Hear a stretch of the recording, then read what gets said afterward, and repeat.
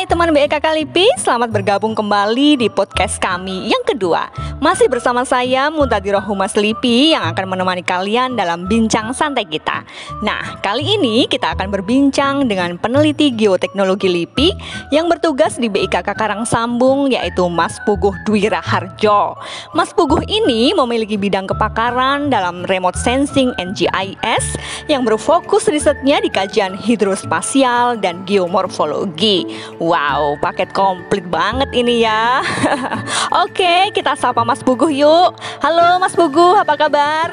Kabar baik Mbak Mumun. Halo teman-teman BIKK, salam sehat. Mas, mau tanya nih, saya penasaran banget. Kalau kita datang ke Kebumen, kita itu kan akan familiar dengan istilah Sungai Luulo ya. Nah, seolah-olah sungai ini sebetulnya sudah menjadi ikon gitu ya bagi Kebumen. Apa sih Mas sebetulnya keistimewaan atau keunikan dari Sungai Luulo ini? Baik Mbak Mumun, memang kalau kita lihat di Kebumen, sungai yang paling besar, yang sungai-sungai utama itu merupakan adalah Sungai Luulo. Kalau kita lihat, kalau di daerah hulu, Sungai Luulo ini dia berada pada cagar alam geologi Karangsambung. Yang tentunya cagar alam geologi ini dia sangat fenomenal. Dia ada banyak singkapan batuan yang berumur tua, yang tentunya kalau kita analogikan sungai ini pasti juga akan tua karena terkait dengan pengangkatan dan sebagainya. Ya.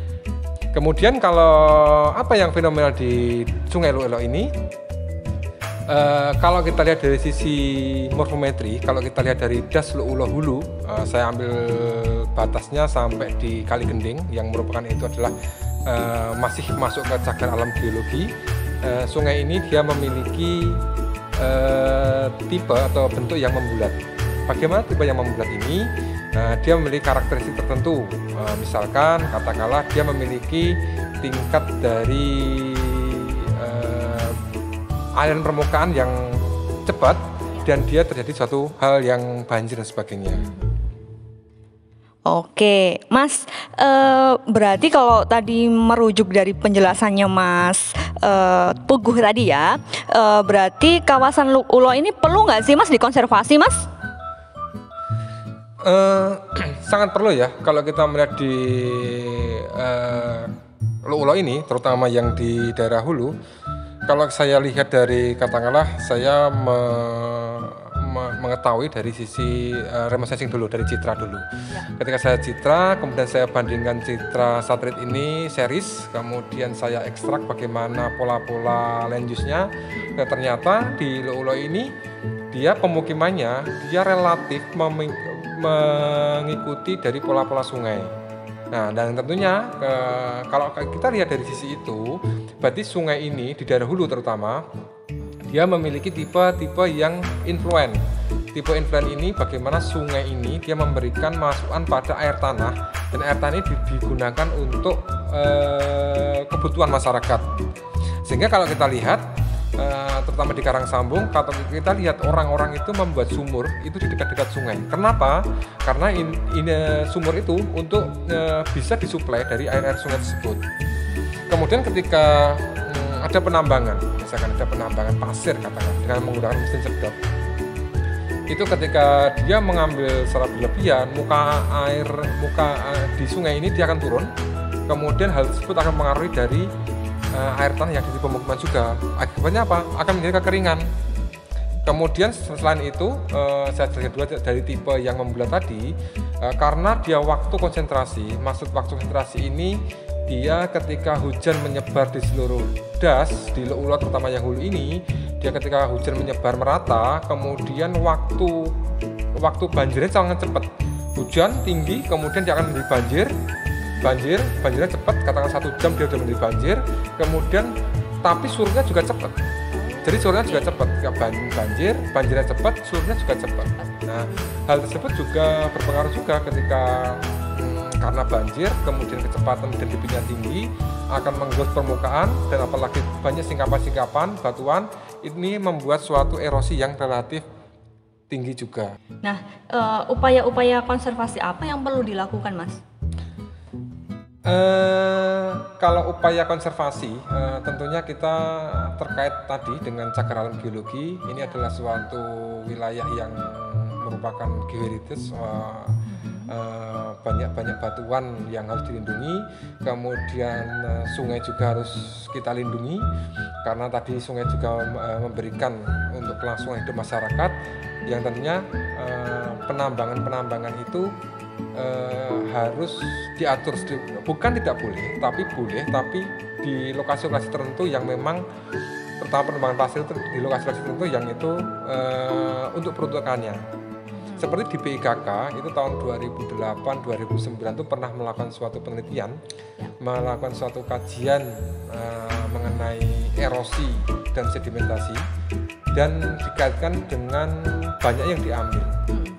Ternyata sedimen yang dihasilkan di Das Lok Ulo dulu ini dengan banyaknya yang dilakukan penambangan dan diangkut oleh keluar ditambang, itu banyak yang ditambang. Akhirnya akan defisit dari sedimentasi tersebut. Hal tersebut yang tentunya akan merugikan sendiri bagi masyarakat.